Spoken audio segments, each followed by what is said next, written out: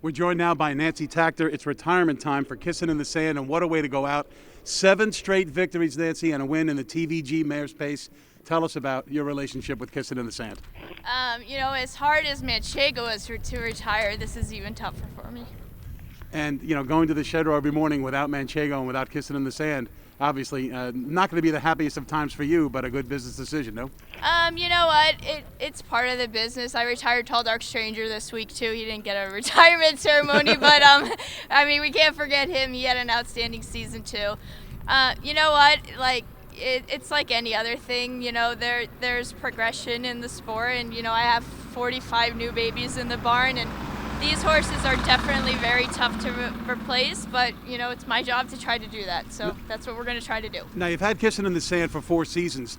Is it hard to differentiate between her 3-year-old campaign when she was so good, earning over $800,000, and this season when she's out the door with 7 straight wins? Well, when she was 3, I actually took care of her myself because I had a much smaller stable back then, so I had a very close relationship with her. That's why she's so special.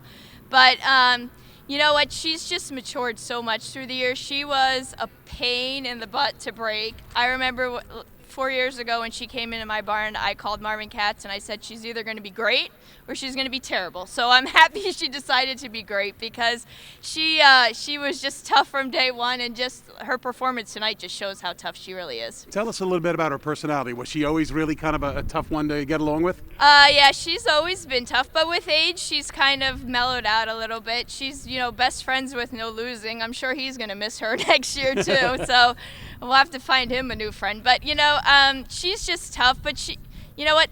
These mares, they need to be tough because they race so hard week in, week out, that they need to have that little extra attitude to them to be able to do their job so well. Did you, in the first place, have to convince Marvin Katz to bring Kissin in the Sand back this year?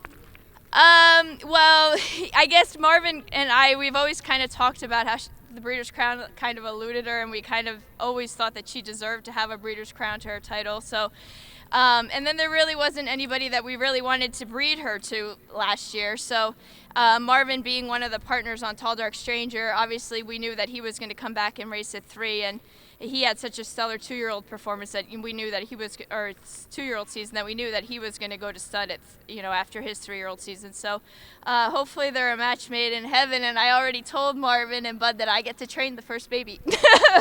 Well, there you have it. Kissin in the Sand retires on a 7-race win streak, a championship in the TVG Mayor's Pacing Final, and naturally, divisional honors for the season. Nancy, congratulations on a great job with Kissin in the Sand. Thank you.